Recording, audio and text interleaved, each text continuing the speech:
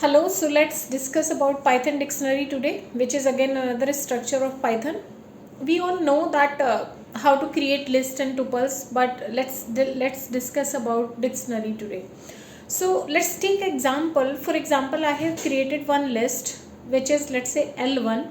In that list I have two values. One is apple and the other is red, let's say, and I need to extract apple out of that list and red as well out of that list. So how I can extract it? Using the position.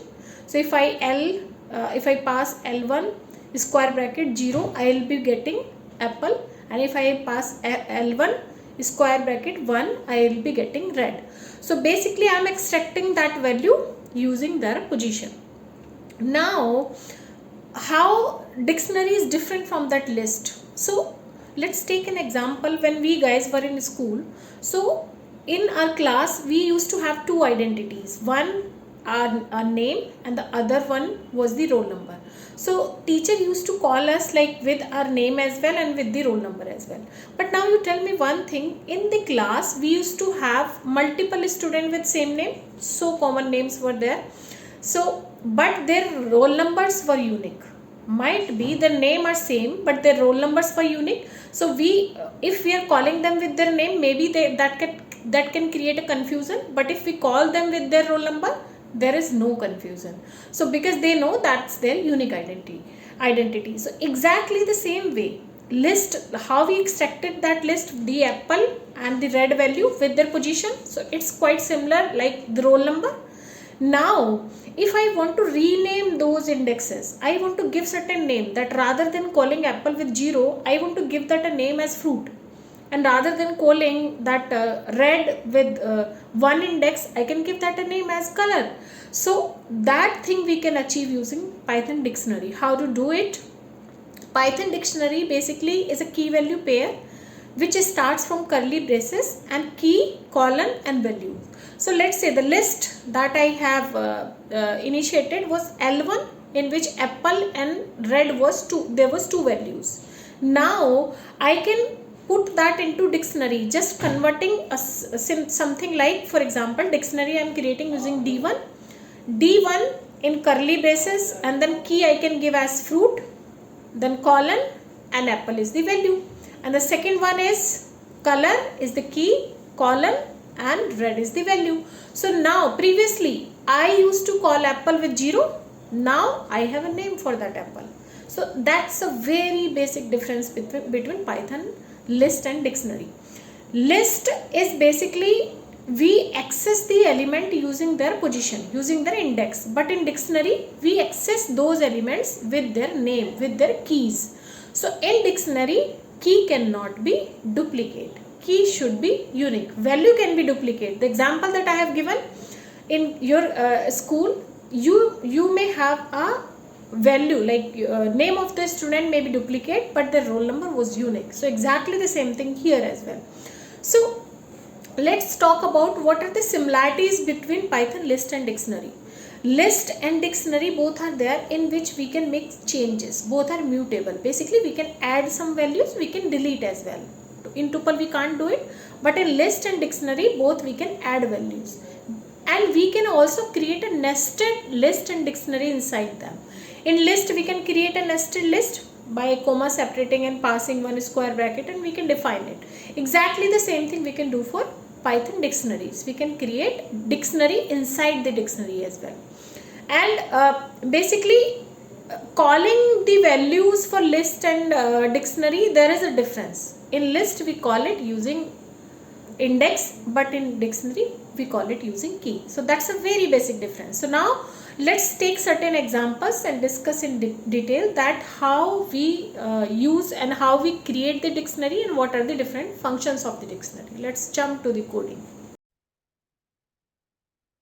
So let's see with the practical implementation, whatever we discuss. So I said that we have a list. For example, this is a list, and we all know this is how we create it, and in which we have 2 variables, apple and color. So I told you that if I need to extract those variables, I have an option of indexing. So I do something like this. Whatever is there is at 0 index, I will get that value. And if I need to extract the next element, so I can pass it like this. So this is how it comes. Now, why we use a dictionary? For just to rename this 0 and 1 for a very layman term, we are going to use dictionary as a key value pair. So what is dictionary? Dictionary is basically, you try to understand that it's a combination of key value pairs where we cannot store duplicate values. We can do multiple changes in terms of values. We can add it as a list or a single element. It can be a different data types altogether. So let's convert this list stuff into a dictionary format first. So whenever we are going to create a dictionary, let's give it a name D1. Dict is the predefined method for this. You cannot you should not create your dictionary with dict name. So because that's a predefined one, we can use it further for to use it as a function or method. So dictionary, I'm going to create it where we have we're going to start it with curly braces, and it's a combination of key value pair. So key, I'll make it like, let's say, fruit, and the value of that is apple, and the other is color. So I will make it let's say fruit apple, and not make it color, let's make it red, so that we can have a key as basically color. So the second one is color, which is a key, and I can give it a value as red. So this is how I did here. Now previously, let me run it and I'll show you how I'll be getting the responses. Previously, I wanted to extract this apple, so I used to call it with this index, with the position of that value. So what we were doing, I have given you the example of, in class, that how we used to have our identity in class with name or with roll number. So that is a case of roll number. We calling it with their position. Now, if I want to call it with their name, so I'll be passing something like this. Clear? So what we did from here to here, in list, we used to call the items with their position, but here we call it with their name. So basically, in dictionary, we are renaming those indexes in a very layman term. Next option, if we need to extract it, so we will be calling it like this, color, and we will have that value. So this is how basically it works. Now, for example, I need to create a dictionary. I'll be creating one more dictionary, and I'll let you know that what other all methods we can apply over a dictionary. So I have already created this stuff. So let me copy and paste it here. So here are the methods and description that I used. So I'll explain you one by one. And this is a sample dictionary. So let me paste that as well. So the first thing is, whenever we create a dictionary, we can remove all the elements out of that dictionary using a clear function. And apart from this, we have a copy function. Copy function is used to create a copy of the existing dictionary, and we can store it to a different object, this dictionary object. The other one is from keys. From keys, basically it returns the specified key and value pair. I will show you with the example. Get, it returns the value of the specified key, basically whatever the key we have given into the dictionary. Once we pass that key into get option, we will be getting the value out of that. Items is basically it's a key value pair. Item means where we have key and value. If you look at this part, the dictionary we have created, so this part we call it item, where we have key and value. So it display in the form of tuple, where we have key and value as well. So I'll show that stuff as well. Next is keys. Keys are basically those fruit and color are the keys, and apple and red are the values. Pop function is there, which is in case you want to remove the specified key out of that dictionary, you can use pop for that stuff. It's quite similar to list pop function. So I'll show you the way of using it. Pop item, it by default removes the last inserted item, last inserted key of the dictionary.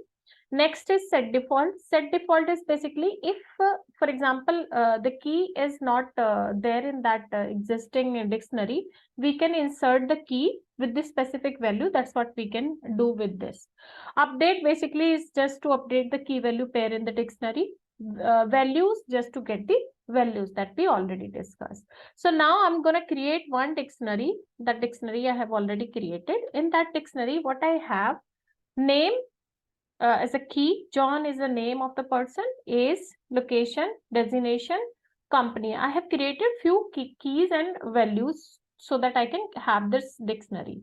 So I'm going to run it, and here you see that this is the dictionary that we created, where I have given a specific keys and their values into it. Now I'll show you what are the different options that we can apply on top of it. For example, we need to access a particular item of the dictionary. Let's say I want to access the age or name. How are we gonna access it? So I already shows that example to you, but let's see here how to access it. Let me put it as a code.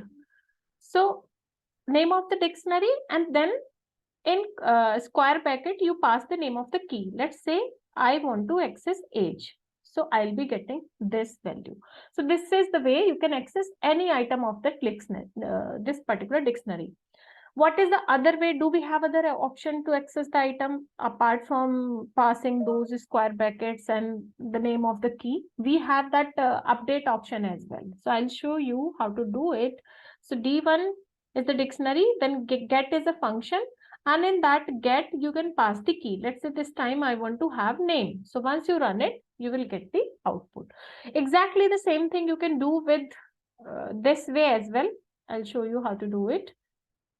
D1, and you can pass the name and you will get the output. And with the get function, we can have the same output. So get is there to access the particular item of that list, and you can use the square brackets like we do for list and tuples and to get a particular element out of any string. So this is the one way. Now, for example, I need to copy a dictionary. Copy function is quite similar to list copy function. So how to do it? Let's say my dictionary name is D1 and I want to copy it. And if you want to copy it, so you need a space where you want to store it, and that space is should already define. So it's quite similar to that. Let's say, for example, you have some certain items and you want to put those into the wardrobe. So you should already have that wardrobe. If you do not have, where you gonna put it, where you gonna store it? So I want to make a copy of D1, but where I want to store it, that item I need to already define. So I can make it a name as copy of D1. So this is the dictionary where I want to store the copy of D1. So once I run it, and if I call copy underscore D1, it will be same to D1.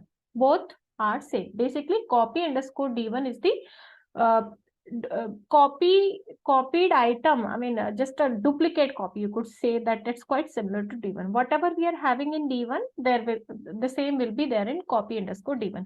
Sometimes there is an interview question and people are a bit confused about this. Like, for example, I have made a copy of D1, store it into copy underscore D1. In later stages, let's say I want to make certain changes. I remove certain item, I delete, I make changes to the keys and values, whatever I does. So do all the changes gonna apply on this copy underscore D1? No. Because at this moment, you made a copy of it. So whatever is there in D1 at this moment, exactly the same will be there in copy underscore D1. But in later stages, whatever the changes you made to D1, it's not going to be applied to copy underscore D1. So you should remember this stuff. Correct? Now let's move ahead. For example, I want to change the value of a particular key. Whatever, let's say the location is USA, or for example, age is 30. I want to make changes to any of the key in this dictionary. So how to do that? So the option is, let's say, for example, first I'll select the particular key where I want to make certain changes, and I can directly pass it. Let's say I want to make it, let's say 40. apart from 30. So once I run it and I call D1, you will see that it has been updated. So in case you want to make the change of a specific key, you can pass it like this. This is a way. So I just make it a comment here that make changes to key value. So we can do something like this. Now, for example, I want to remove a particular key out of it. So how we can do it? So this is my dictionary and I want to remove, let's say, designation or a company. It can be anything. So if I'll pass like this, okay, that's a key. So it will remove that item from that dictionary. So once you call this, you see that the company is not there. So let's say I have a dictionary and I want to remove a particular key value pair. Basically, not a specific key or not a specific value. We can basically pop out the combination of key value pair, and to do that, we just need to pass the key. So hope you remember in list how we used to do it. We used to basically pass the index. Let's say I have a list L1 I have created. Let me give that example here only. So for example, I want to remove a particular item. So what I used to do with pop, I used to pass the index of it. So once you run it and you see L1 here, you see that your item has been removed. Same thing you're going to do here with dictionary, and to do that, in place of index, what you are doing, you are just passing the name of the key. That's what you did here. Is that clear? So that's again an interview question, that what is the difference between dictionary pop function and list pop function. So the dictionary pop function works on a name of a key. In case you want to remove a particular element, in dictionaries pop, you have to pass the name of the key. But in case you want to pop certain element, particular element from the list, you need to pass the position. So I hope that's clear to all. So the next is, let's say in list, if we used to remove a last item by default, so pop used to work for that case. Let's say here in that list, I have just one element.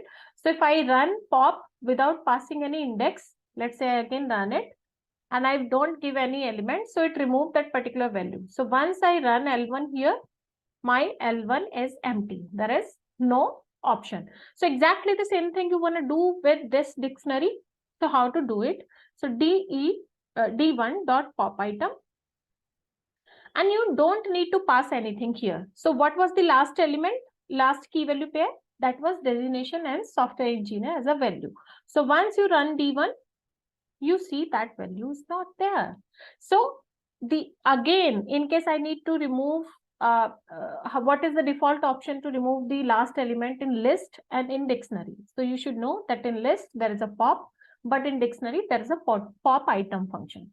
So pop item by default removes the last key value pair out of that dictionary. In case you need to remove a specific key, you will be using a pop function. I hope that's clear to everyone. Now, what is next? For example, I need to delete a particular,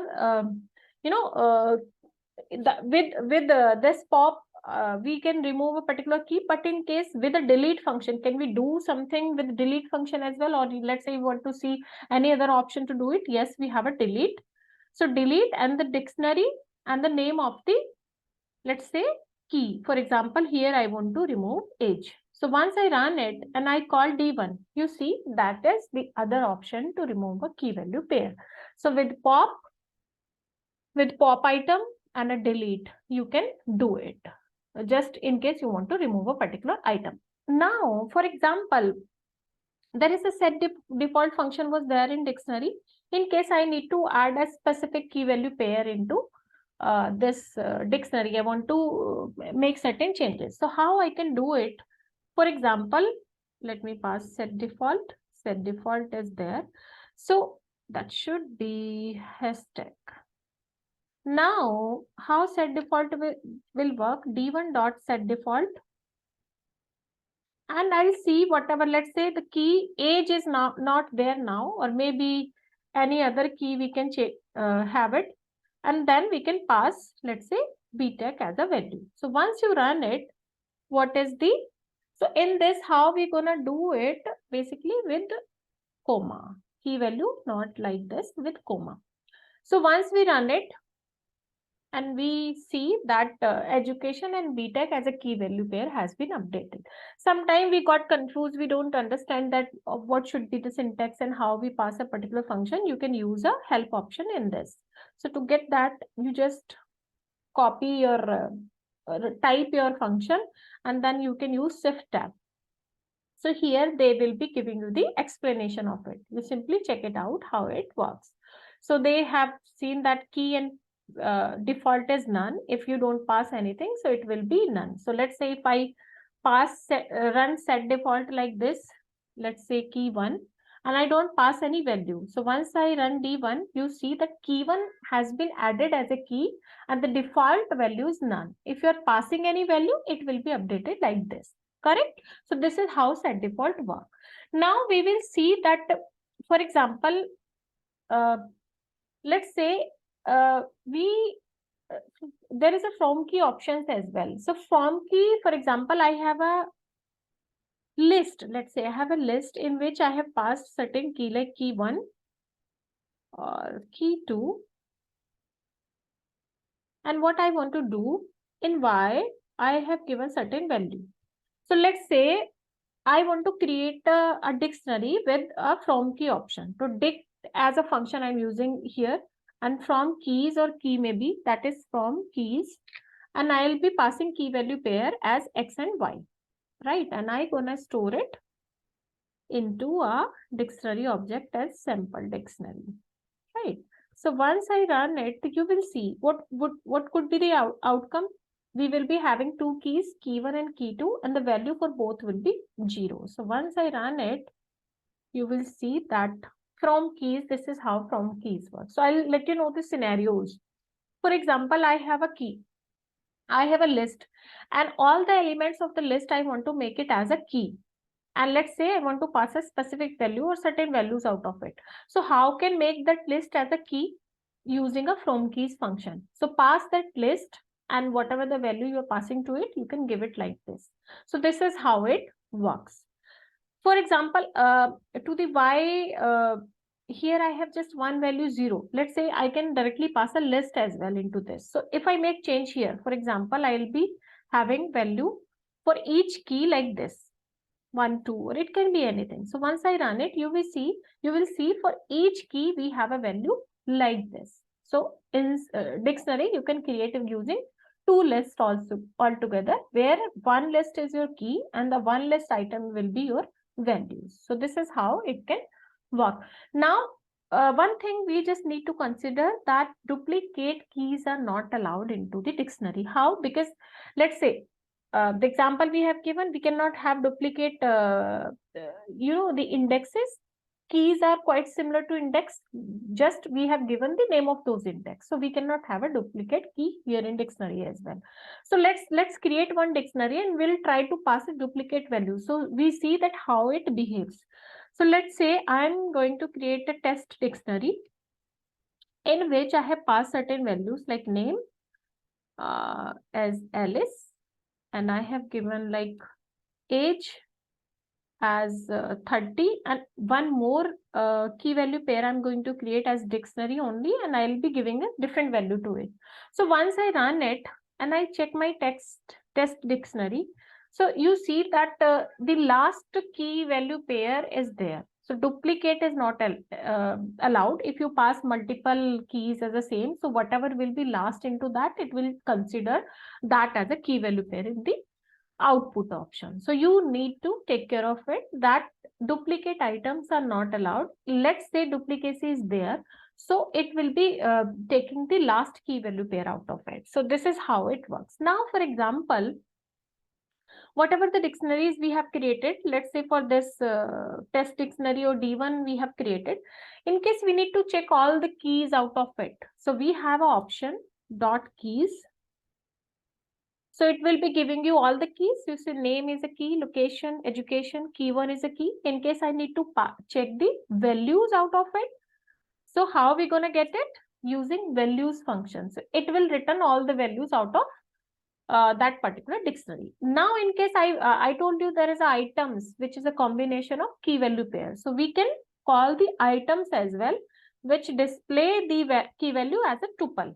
So you see that in dictionary, there is a tuple. It's kind of a tuple structure where we have key value. So this is how we can extract the item. So for example, sometime it happens like you are running a for loop out of dictionary and you need to extract the keys, or you need to extract values, or sometime the whole items. How we can do it, I'll show you certain examples. Like for I in D1, let's say I need to print I. So how it will work by default? If you are using a one temporary variable here, I is kind of a temporary variable. So you are iterating over it till the length of D1. And for all the iterations, it's not giving you the keys. It's just giving you the values. So the same thing, in case I need to extract the key and value both, how I can modify this?